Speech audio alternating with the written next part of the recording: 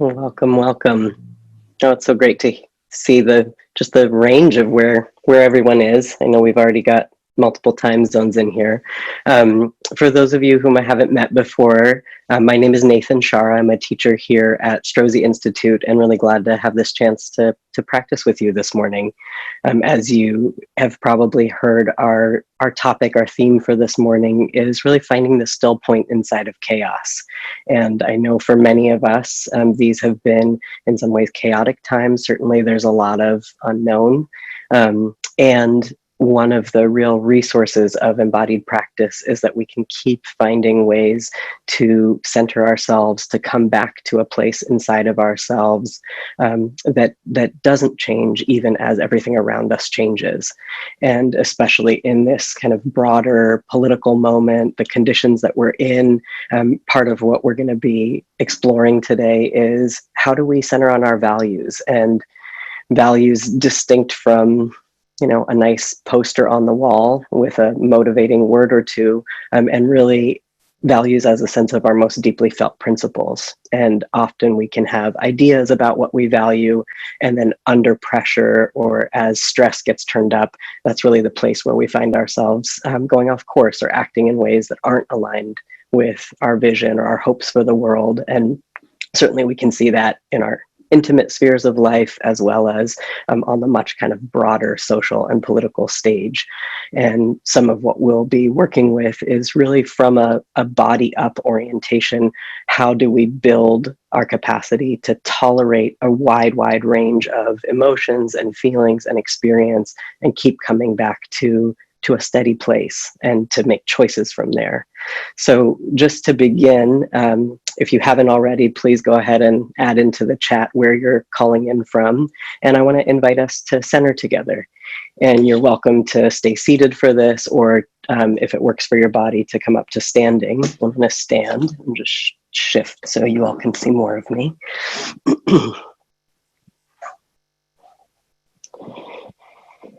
And I'll just invite you, many of us are spending so much time staring at these machines these days.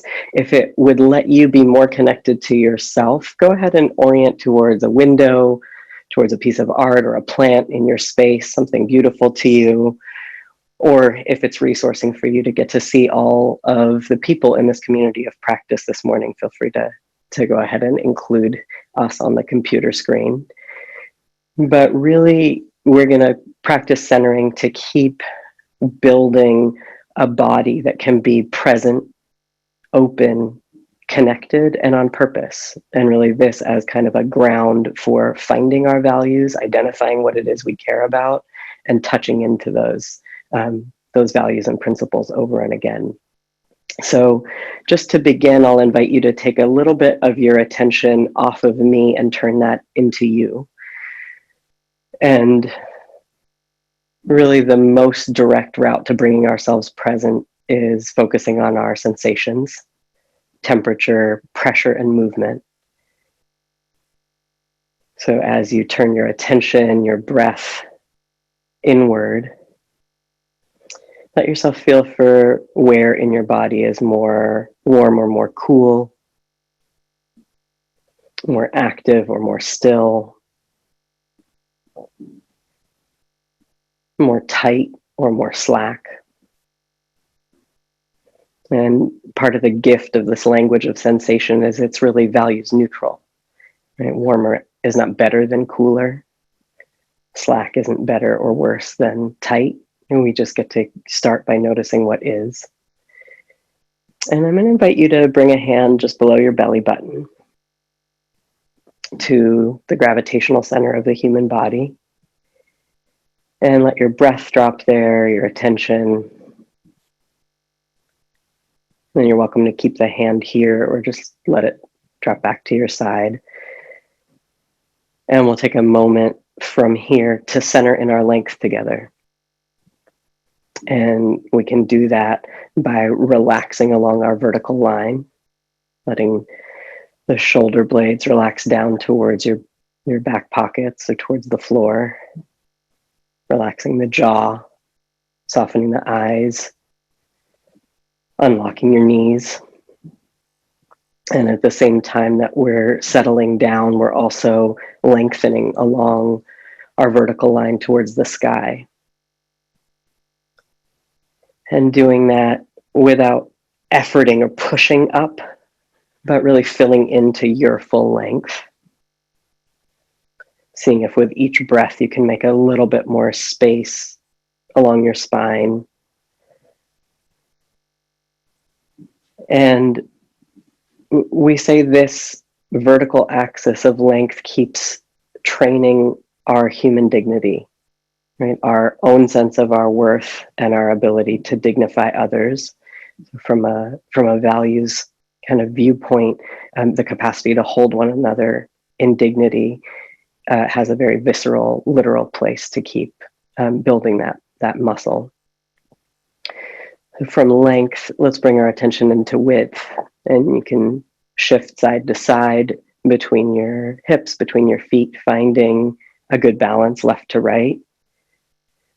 If it's helpful for you, you might even just make contact with the sides of your body, and as you breathe, let yourself feel this width, this breadth of your matter. You can just let yourself fill into the expanse of your rib cage, almost imagining a bellows or an accordion. Seeing how wide you can let your breath become, and if you can still feel a midline as you expand your awareness. We can also include our peripheral vision, softening the eyes and letting yourself take in more of the room or the space that you're in. And then also at more of a imagination level, let yourself feel for, imagine, or bring in each of the other people on this call. And notice what you do in your body to open yourself so that maybe more of you could be known or felt. We're noticing how you shift your feeling self to let in other people. That might be you imagine something opening along the pores of your skin. Or it could just be taking a deeper breath, cheek to cheek, shoulder to shoulder. But width is our dimension of interdependence, of connection and boundaries. And then centering in depth back to front, finding a good balance between your heels and your toes. Letting your breath fill into the space between your back, your spine, and the front side of your chest. And again, if it's helpful, you could bring a hand to the front and back side of your body and just let yourself feel your own tissue, muscle. There's organs, there's blood pumping. We can be so disconnected from the life inside of us. Just letting yourself listen to your own internal world this morning or afternoon or evening. And then just give yourself a breath, feeling your whole dimensionality, right? Length, width, and depth, all as one piece, one living organism. Seeing if there's anything else you want to do that would let you feel more present with yourself and with the day. And then just from here, if you are already working with a declaration, you can go ahead and speak that to yourself, or just let your body answer the question, what matters to me? What is it that you value? And just let that fill you up, almost that as if that could inform every cell in your body. And then just here, take a moment to notice your mood. We're going to stay in practice a little bit longer before I ask folks to share your mood in the chat. Just notice what on the other side of centering, if anything, has shifted. And then whether you're seated or standing, I'm going to ask you to try this with me. As we talk about finding the still point in chaos, part of what we can keep coming back to is the wisdom of the body, and that our center is both a metaphor and a literal balance point. In the human organism, generally in the standing body, the seated body, our center is just below our belly button at our abdomen. Many traditions have given different names to this place. And I want to invite you to slowly start shifting all of your weight onto one foot. And let yourself lift the other foot off the ground. And if you're able, start to find your balance just on one foot. You might even lean a little bit further and really let yourself feel for what happens in your legs, in your hips, along your back to find balance. Now, where does your weight start to organize? What contracts? What relaxes? And then let's just shift in the other direction. So almost as if you were pouring sand from one side of your body into the other, and then leaning the other way. And you might try leaning forward a little bit, leaning back. And part of what you may start to feel is the bones or the structure of your legs, your hips, your pelvis, where you may find the muscles in your calves and thighs adjusting and micro-adjusting to find balance. And you can bring your foot down, and I want to invite you just to lean forward. Again, if you're seated, you might just do the same thing in your chair, but it could be helpful to shift to the front edge of your chair. But let yourself lean forward as far as you're able to safely without totally tipping over, and feel how the muscles along the backs of your legs grip. Notice what happens in your spine. And then just try leaning back. Now leaning away from the world, perhaps, really being in the somatic study of what has to compensate as you shift away from balance, what starts to grip, and then just on your own, let yourself try a few different directions. So you might move in a bit of a circle, trying out leaning to the left or forward, to the right and back, but really in particular paying attention to what happens in your hips, in your abdomen, in your low back. And if you're not feeling very much there at all, that's fine. Let yourself notice what's happening in your legs or in your chest, or even emotionally what starts to happen as you unbalance yourself and bring yourself back. And then whatever you're noticing there, I'm going to invite us to put our left foot forward.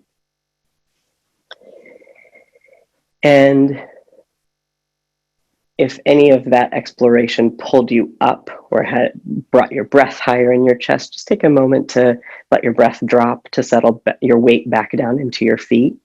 And we're just going to bring our centers forward, keeping your shoulders over your hips, and then back. Yeah, and then bring your center in and back. And you might just choose one other person on the screen to sync up with. If we were all in the room together, we would be doing this in something like synchronicity. Forward and back. And let your arms be relaxed at your sides, just hanging. Letting your arms be moved by your center. And then on this next shift forward, go ahead and reach out. We're going to grab the imaginary oars and row to our center. So drawing your hands back towards your hips. And as you're in this movement, let yourself keep paying attention to you might think of it as a ball bearing at the center of your pelvis.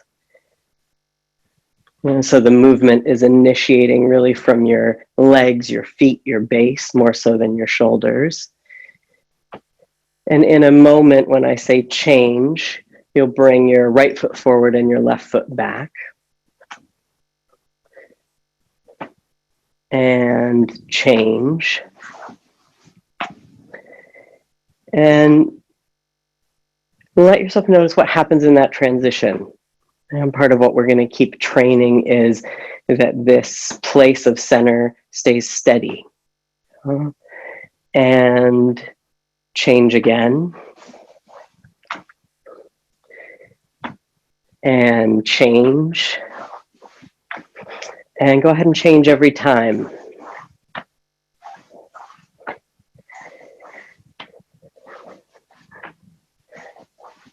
Yeah, letting there be life all the way down to your fingertips. Letting your breath run. Good, and then go ahead and pause. And just let yourself feel sensations, energy, maybe something shifted in your emotional state. Let yourself notice that too. And then I'm just going to ask you to try that same thing again. Just go ahead and shift your weight so that you're a bit off balance.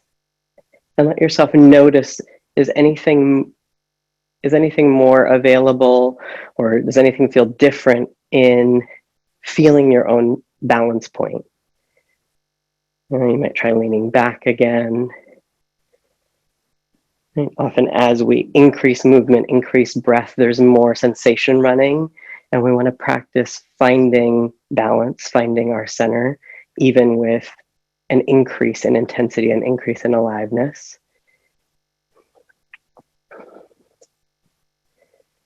Good. And then just take a moment to notice your mood. And I'm going to invite us to come back to seated. And if you would, just go ahead and add your mood into the chat. And for those of you who have been in practice for some time already, you know, part of our ethic here is that we practice speaking what's authentic. So part of what we're building is congruence between our body and our words. When what we're saying and what our soma is communicating align, trust gets built. So, you know, out in the world, mostly we say, how are you? Fine, okay, good. And I want to invite a fuller range into this conversation. Yeah, thank you. And a wide range of mood, right, which is always what's happening. So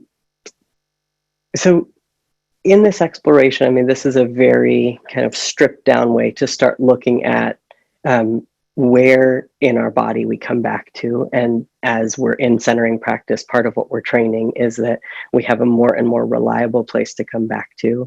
And then I want to talk a little bit about this, you know, this moment that we're in, with so many unknowns. One of the distinctions that we often speak about in this work is having a commitment, having a declaration to a future and to a future possibility. And one of the things I hear a lot of folks I'm working with in the space of coaching and in organizations is how difficult it is to plan right now and to be able to make any kind of real plans, decisions about what's ahead, with so many major unknowns.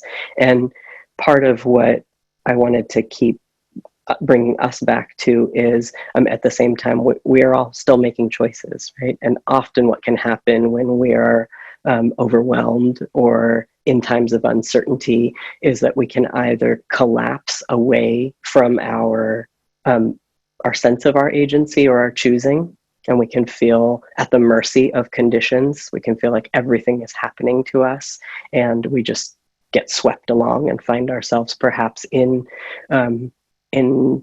conditions, situations, environments that don't feel totally choiceful. It's sort of like, how did I end up here? Well, this, that, and the other thing were going on.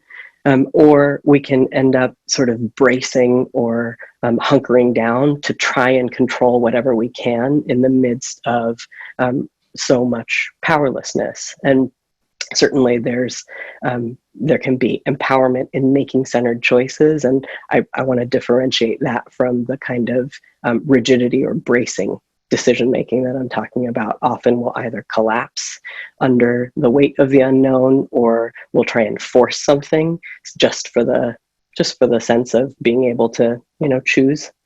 And part of what I want to keep working with is how do we contact ourselves and our center enough to keep finding centered choosing even in the midst of so much unknown. And just to start us off, I wanted to invite people to just type into the chat, what are some of the choices or the decisions that you are faced with these days, or that you're struggling with? What kinds of decisions or uncertainties are up right now? Yeah, to travel or not, housing, job and employment, moving, how to be safely with family, the future, certainly, you know, how to stay motivated, how to keep generating a mood or hope, right? How we spend our time, absolutely. Where to focus work, how to make choices around seeing family, absolutely. Thank you for all of those. I imagine many of us can relate to many of them on here. I know about 6 months ago, well, almost exactly 6 months ago, the same day as shelter in place started here in California, my partner and I welcomed our first child. And the kind of crash of COVID and welcoming a baby has been a very, very rich opportunity. It doesn't always feel like an opportunity, but to practice. And, similar to what some of you have said, the decision of whether or not to see friends and extended family has been certainly a very, very loud one. Also, as the moments of political uprising have increased, kind of choosing how to participate in political activity and protests has been a real question. Also, with with a young infant in the family. And I know thank you for the congratulations. One of the choices, my parents are older, they have underlying health conditions. They were very eager to meet this first grandchild, and the idea of them getting on a plane felt absolutely untenable. And my partner and I were faced with the choice of whether or not to risk flying with our very, very young baby, or to have my family not meet this newest member of the family for who knows when. And I guess I say that just as setting some context for the kinds of examples that we can work with in this practice. And I want to invite us in a moment to really explore this from the body up, because I think many of the situations we're in, we can find ourselves trying to solve from our heads and making perhaps extensive pros and cons lists, sometimes talking with friends and loved ones and getting a whole kind of range of helpful or unhelpful opinions, and then kind of sitting there with all of this content we've generated about how to weigh the choice and still feeling something that's hard to know how to follow.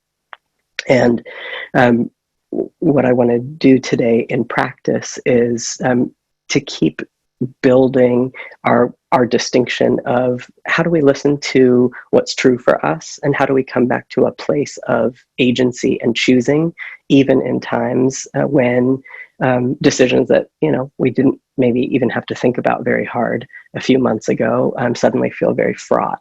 And particularly when we have a lot of needs, we have the need to keep ourselves safe and to survive, the need to be connected, to belong, and then also the need to maintain a sense of dignity, to contribute, to be in our work. And these conditions, whether we're talking kind of the collective condition of COVID-19 or the many, many individual pressures, for those of you who are in the US, the upcoming elections and all of the stir and fear that I know that's evoking for many of us. What do we come back to? How do we choose, and how do we make decisions about how to live kind of right here and right now with so much upended and so much in stir? So again, you can practice seated or standing, but we're going to move into an exploration called Yes, No, Maybe. That's really a chance to, from the body up, feel into our centered choosing. And we could think of all the things of life that are coming towards us and swirling around us. And how do we, from a centered soma, not just a good idea, face into those choices, enter towards the choices rather than shrink away from them? And how do we keep building a recognition of ourselves, inside of ourselves, of, oh, I want this, I'm a yes to this, or I don't know, I need more time to figure this out or to feel into this, not as an avoidance, but really as a centered, giving ourselves the space to choose. And when is it a no? like this isn't right for me, this doesn't feel in integrity, even if that's uncomfortable for the relationship or uncomfortable for a situation. And I'll just say that, if we look in the big picture, one of the most consistent impacts of trauma and of oppression is to steal our capacity to choose. Often the training is, I have to pay attention to whoever has power over me, to do what they want me to do so that I can stay safe. And in that, there's often a loss of dignity and connection to what's really important to us. And we can both really understand why we might find ourselves making choices that aren't aligned with our self, with our values, when we're in that context of really facing consequences for speaking our truth. And then part of the work of embodied leadership, of empowerment, of embodying ourselves is being able to bring more of our wholeness to more and more situations, and having a clear and strong enough center, or for the sake of what, to keep taking those risks. And especially when there's a bigger dynamic of unequal power, we know that it's not a fair expectation that individuals stand up to entire systems on their own, but actually we need other people who share our perspective, our identity, our values to stand up with, in order to make kind of bigger changes. The bigger the system, or the bigger the situation, the more people are required to change it. So I say all that just as a kind of a backdrop for this practice. And I want to invite you to either come back to standing, or if you're seated, to just shift forward on your chair so that your spine is relatively straight. And I'm going to start by just trying on these 3 shapes. And again, just give yourself a moment to recenter, letting your breath drop, maybe touching your belly center, giving yourself a moment to find your way back into length, width, and depth. Or maybe just noticing and hearing any of that, what came forward as what matters to you, or what you want to organize your life around. And you can put one foot forward, doesn't matter if it's the left or right if you're standing, just giving yourself a little bit more of a base. And the first shape we're going to try on is the no. And it's going to look like no. And I'm going to invite you, I know you're mostly muted, but go ahead and say it out loud too. No. And I don't know if you can tell from here, I might just shift to the side for a moment. You'll see that in setting the boundary, I'm actually moving my center forward. I'm not leaning forward, but we say entering in to making the choice. So rather than waiting for something to impact me and saying my no while backing away from it, I'm actually proactively moving towards it. No. I'll let yourself try that on a few times. No. And once you've said the no, once you've found your way into that boundary, that limit, just let yourself hang out in that shape for a moment. And you might notice, are you tipping forward? If so, just go ahead and recenter so your weight is back in your feet. You can also notice, are your elbows locked? And if so, just let them soften.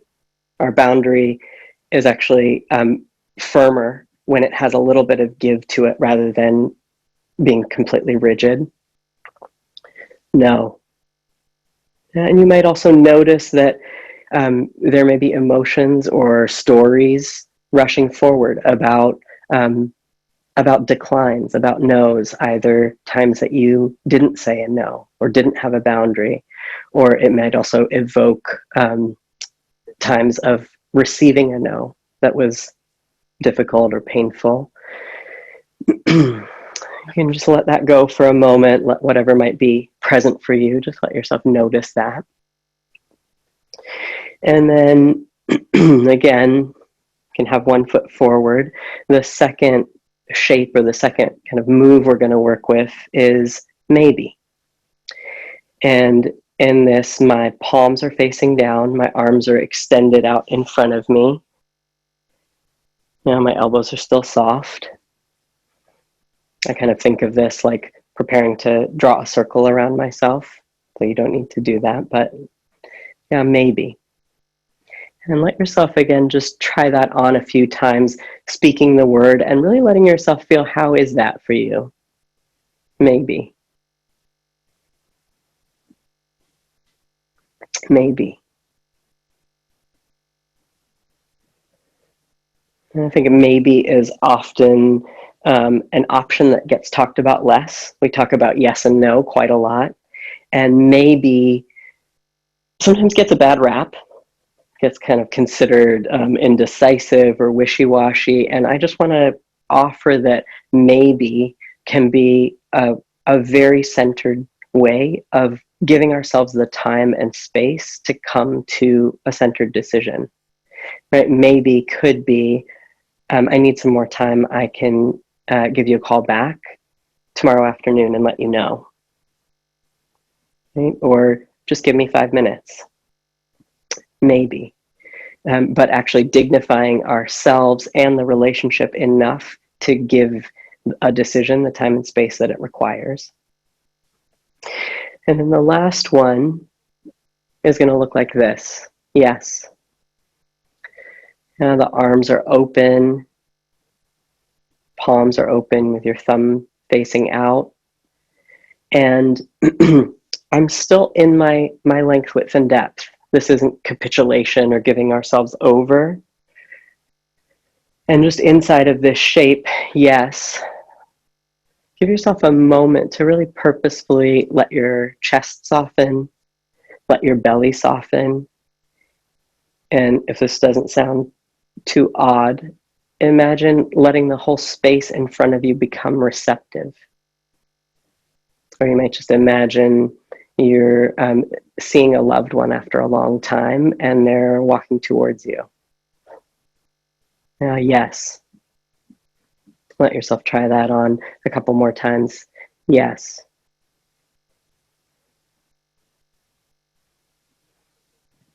Yes.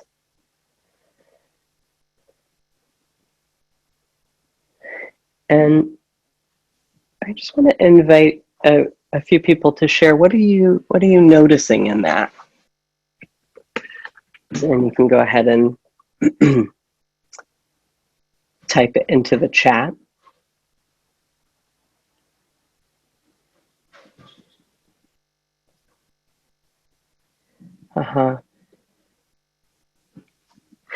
So one thing we can notice is for many of us, one or another of these will feel more or less familiar. So you might notice, and actually we could just do this with a little hand raise for a moment. How many of you would say yes felt like the most familiar move in your body? Okay, see a few hands. How many of you would say maybe is the most familiar? Okay. And then how many of you would say no was the most familiar to you, to your soma? All right. So some of each, a mix. Yeah. Often what is most practiced in us will feel most familiar. And for, you might think, I think sometimes this can be hard to see for ourselves, but maybe very easy to see for the people that we live around and spend time with or work with. We can think of that friend who's sort of an embodied no. Like you might ask a question, oh, do you want to do something next weekend? And it might be that the words spoken are maybe, but the communication is no. Right? Or the friend who you say, hey, do you want to do something next weekend? And they go, maybe. And really the communication is yes, right?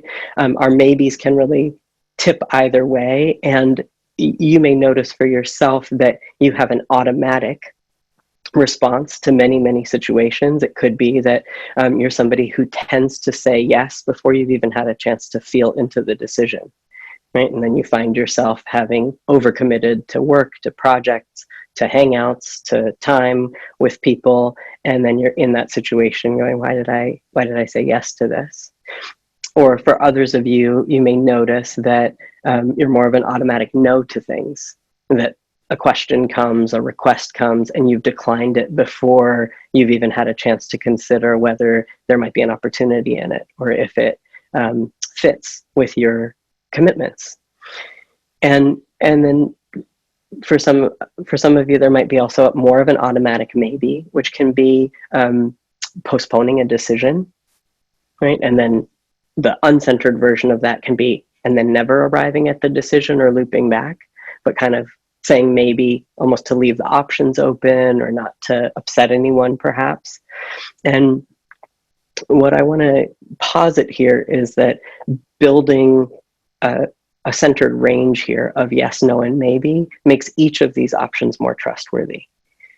So if it's very, very difficult for me to say no, it's also going to be very hard for people around me to trust my yes, right? Because if I'm always saying yes, it's like, well, do you really want to be doing this or not? I don't know. Right?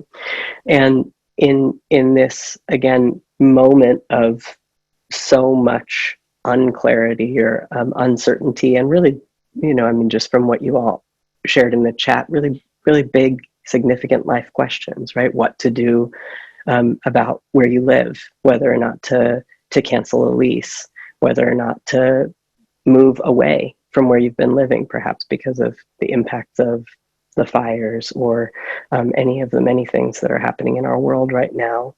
I mean, decisions about whether to really take the risk to go see and be with loved ones. All of that in the stir, in the stakes, it can be very hard to identify what we feel, and this practice can be a way also to start building more of a working distinction of what does a yes feel like in my body, what does a no feel like in my body. So what I want to invite you to do, and we'll practice a little bit more together, is to choose a situation, right? A decision that you're faced with right now, and that could be what you shared earlier in the chat, or it could be something else. But what's a situation or a decision that you are currently faced with, a choice to make?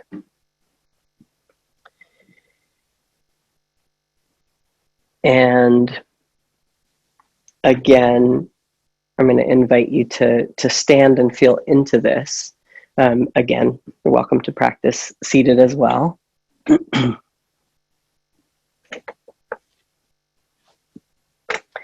But in this case, just go ahead and imagine, like, in this situation, given this decision, who is the person that you're in this conversation with?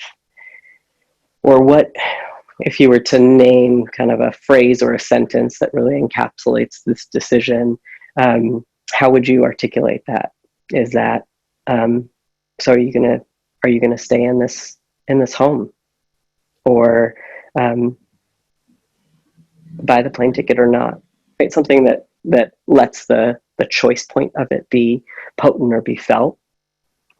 And we're going to do each of these responses. You might have a sense of what the centered response is, but there can also be some important learning in trying on and feeling into, I think I want to say yes to this, and then how is it to actually say no to it?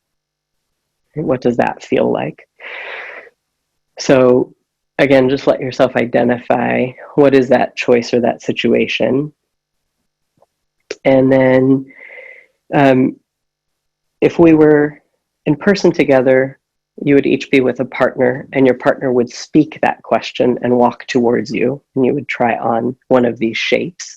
Given that we're practicing virtually here, we're going to rely a little bit more on imagination for right now, but go ahead and imagine that question being spoken. Are you going to get on the plane? Whatever it might be. And let's just all go ahead and try on a no together. No. And just on your own time, try doing that again. That question comes, and let yourself try on that no. And once you've set the boundary, just let yourself hang out there for a moment and just feel how would it be to really decline in this situation? And it might be that there's some fear about how the person on the other side would react. It could be that there's some sense of loss. But just what shows up in having that no. And then same thing, but this time go ahead and try a maybe. So there's that question, that situation, maybe. The palms are down. And just let yourself notice, how is that? What's it like to be in this situation, in this decision, and to say maybe? And then one more time, how that question comes. And let yourself say yes. Yes. And you can keep noticing, what are the sensations that arise here? Well, does your heart speed up a little bit? Does something relax and settle? Emotionally, does anything shift for you? Good, you can let that go. And we're going to do one more, and I want to invite you to just try on doing what's most self-responsive. Part of what we keep training through somatics is our capacity to listen to what's true for ourselves and then make a choice from there in more and more real time. Now, one of the things I often hear clients share is how long the delay feels. Realizing 10 years into a relationship or a marriage that it wasn't the right one, and then getting to a point of realizing more within a couple years or a couple months, or even on a date, or walking into a job interview and recognizing something doesn't feel right about this. I don't think this is the opportunity for me. And closing that gap so that we can recognize something inside of ourselves and then actually take the actions to fulfill on it, rather than maybe taking the job and realizing 9 months in, I actually knew at the interview. Right? So on this fourth rep with this, just go ahead and let yourself try on what's truest in your body in this moment. So again, just connecting to that situation, that question, that decision. The question comes, and let yourself try on whichever of those responses is most centered for you. Yes, no, or maybe.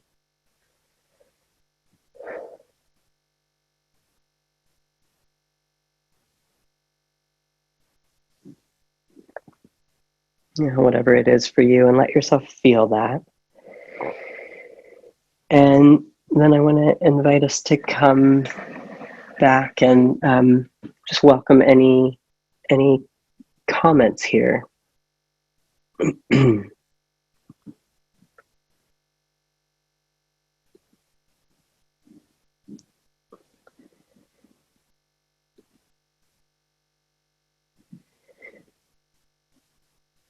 What did you notice?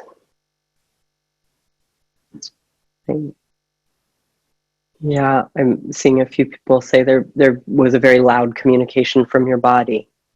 Yeah, tears, or so somebody say, I couldn't even lift my arms to make the yes. Part of what I want to keep offering and dignifying is that our bodies are communicating a great deal about what we feel and need and know and want. And sometimes that is the most centered response, right? And sometimes that's also our history or our conditioned tendency rushing forward. It may be that we're actually compelled to feeling a no, and out of our own history and previous experiences in life, no has been made to feel unacceptable. I'd say particularly for people socialized as girls and women, the training is that what's polite and what's acceptable is to say yes, right? And that no is being difficult. And that training, particularly if coupled with experiences of harm or with violence, can really leave a very, very deep imprint in the nervous system that no is not an option. Right? And it may be that no is, in current time, the most centered option and possibility, and exactly what is important to say. And then the soma doesn't know how to do that, or doesn't have the practice with that move. So doing this practice of saying no can be a way to start building that. And as you might have heard in this dojo space before, it takes 300 repetitions of a new practice to create muscle memory, and 3,000 repetitions for that to become the new embodied default, or what comes out of us automatically under pressure. So if that's resonating for you of, wow, I want to say no and I don't know how, or my body doesn't have that move, this could be a daily practice to, in the morning, take just a few minutes and say no 5 times in the mirror, or to the window, or to a plant, but really starting to train that possibility into your muscles, into your tissues. And we could say the same for each of these responses, right? Maybe can also come with a whole history of not having permission to take that time. Or I'll just maybe speak about the kind of opposite end of gender training for folks socialized as boys and men. There can often be a real training of needing to be decisive, needing to be sure, needing to know what's right and which way to go, and to be able to declare that immediately and really have foresight about that. And saying maybe can feel edgy, vulnerable, or unacceptable in the sense of admitting needing more time or not knowing, right? And in the ways that vulnerability is often really not permitted for any of us. And then there's a particular flavor of that around male socialized folks. That can be a particular collision around maybe. And then no, I've spoken about yes, is, I think, also a place that a true, receptive, open yes is not something that we necessarily have modeled a lot. And I want to invite, again, people to just share what's there for you around these responses, or anything that you're noticing. I also want to speak to a couple things that I also saw in the chat, that there might be setting the boundary or making the choice, but accompanied by a very uncomfortable emotion. So I know a couple people said, well, yes felt right, but there was also a lot of fear, right? Or the yes felt joyful, and the no felt really scary. And one of the things that I think is really important to keep underscoring is we can sometimes inherit a story about being centered that has a very particular mood attached to it. That being centered means being calm, or being peaceful, or being, like the cover of the mindfulness magazine, or the yoga pose. And what we would say is that centered has a very, very wide range of moods inside of it. That really the distinction, and again, bringing this back to values, is, can we have the emotional experience we're having and still take actions that are aligned with our values? Or does the emotion actually take over the moment and write the story for us? So it could be, in a situation, I'm angry and end up acting out, lashing out, negatively impacting relationships that I care about, making a scene, right? Whatever that might be. Or I could be centered in that anger and actually use it to join together with other people who see the same problem, develop a petition, confront a supervisor, ask for a change inside of work, right? It could be an avenue into healthy and dignified protest. But the difference is not whether or not I'm angry, but how I use the anger. And I think for those of you who are noticing, oh, there's fear attached to some of these, partly that can be information about how much support there is or isn't in that relationship or environment for your center and boundaries, right? For many of us, depending on our race, our gender, our location, our positional power inside of an organization, there can be real stakes and consequences to saying what's true. And sometimes the fear can be a very healthy signal of that. And that doesn't necessarily mean that that's not exactly the boundary to have. But part of what somatic practice can also offer us is building the capacity to tolerate that fear. And what I said at the start of the call, like underneath our emotions, our sensations, if we kind of dig underneath fear, what you might notice is, oh, my heart starts pounding, my chest feels tight, my breath lifts up in my body, my legs clench. From this view, we'd say that's a lot of sensation. Like there's a lot of aliveness in making this choice, and it's uncomfortable. And then what is it that you care about that makes it worth tolerating all of that intensity of sensation? And that might be living a dignified life. That might be having authentic relationships based in honesty.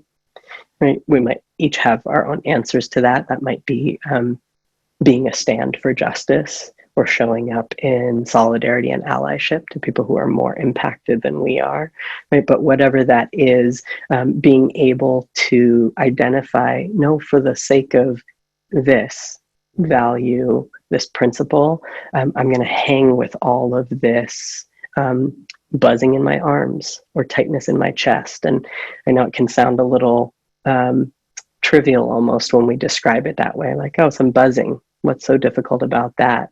And yet, what we see is that often our less aligned actions and behaviors are driven by our incapacity to tolerate uncomfortable sensations.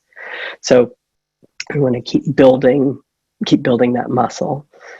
And again, I just want to invite people to add in any questions you might be having into the chat. I know there's a lot in here.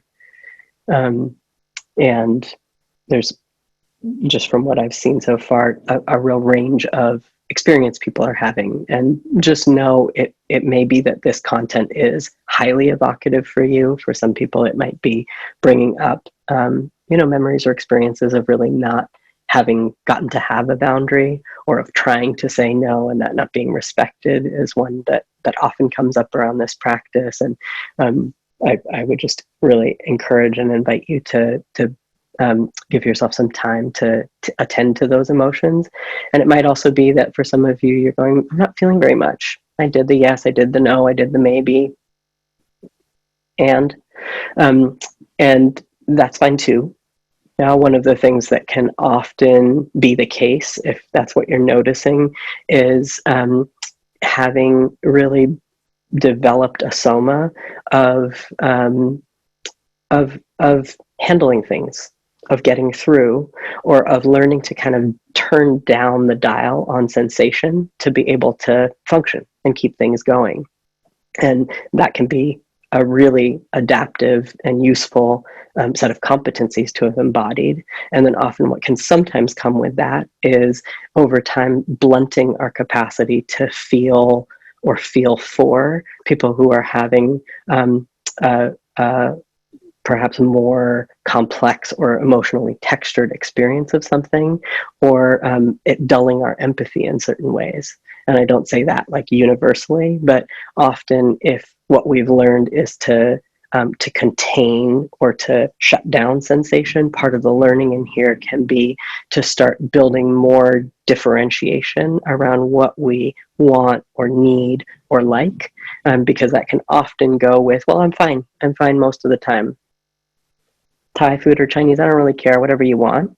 And often being less present or less part of shaping a relationship or a space, because nothing is that important, or things might be important, but they're not that felt. So again, I'm speaking in some broad generalities, but just to say it's very common to have a wide range of kind of responses and reactions to this. And then what we know is that we are all living, working with, building community and family with people who have different embodiments than us. So how do we both keep building our own range to be more skillful with people who are having a different experience, and then also keep building our own capacity to widen the range of what we can do. I think the last thing I'll say about these is it can be a real starting place to develop a centered yes, a centered no, and a centered maybe. And then for most of us, we'll bump into pretty quickly that there's a huge range inside of each of these, right? The kind of really powerful push away no with a ton of space and boundary in it is a great no to have for some situations. And if that is the only no that you embody, intimacy is going to be very challenging. Right? Or if the only yes you have is a very, very receptive, permissive, close, intimate yes, boundaries inside of professional relationships could be more tangled. So one thing, if you're noticing there are some clear distinctions for you between yes, no, and maybe that you might also start working with is what's the quality of no or the quality of yes that you want to keep cultivating? Is that actually a no that has more relationship in it? Like I can say no and still hold and feel the dignity of the person on the other side? Or is that a yes that still has some boundaries and standards in it? Like, yes, I'll do this project with you, and I have some needs and requirements about what that looks like. We would say that there's a different soma to each of those that we can keep training through the repetition. I know we are coming just towards the end of our time. One of the things that I wanted to just mention before we leave off is also that we have a couple courses coming up. One is the Coaching in Context course, which I know a few of you have reached out expressing interest about.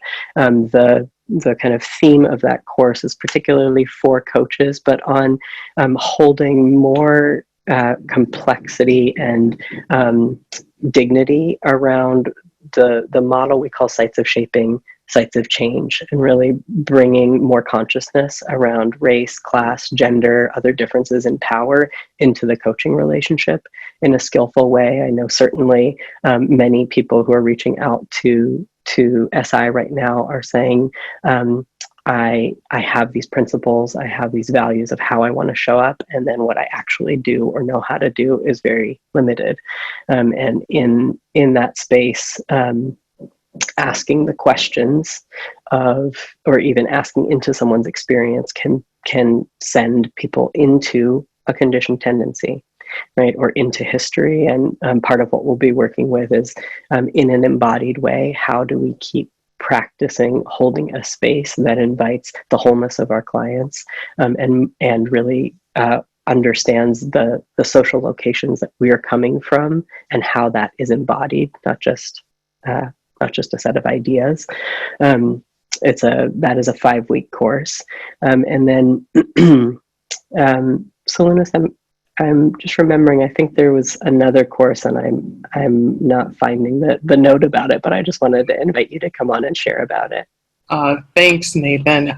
We also have open for enrollment Somatics, Trauma, and Resilience online, which will be led by Stacey K. Haynes. So many of the things that, Nathan, that you've been talking about today and finding that still point and what's underneath that around like shame, trauma, resilience work will be addressed in this course. I've just put into the chat the 2 links, the course that Nathan is leading, Coaching in Context, and Somatic Trauma and Resilience are both open for enrollment. So those are the two courses this fall. Thanks, Salinas. Thank you all for joining us in practice this morning. I'll just invite people to add your mood into the chat as we close. How are you at the end of this time? And if there's a reflection or comment you want to make, please feel free to add that. Salinas, I don't think the links came through in the chat, so if you wouldn't mind just dropping those in, that'd be great. Thank you. And I'll be wishing everyone a good rest of your day and week, and really let yourself, as much as is useful, keep coming back to this practice. What are the authentic yeses, nos, and maybes in this day, and really for the sake of what risk making them. Wonderful to be with you all, and hope to see you again soon.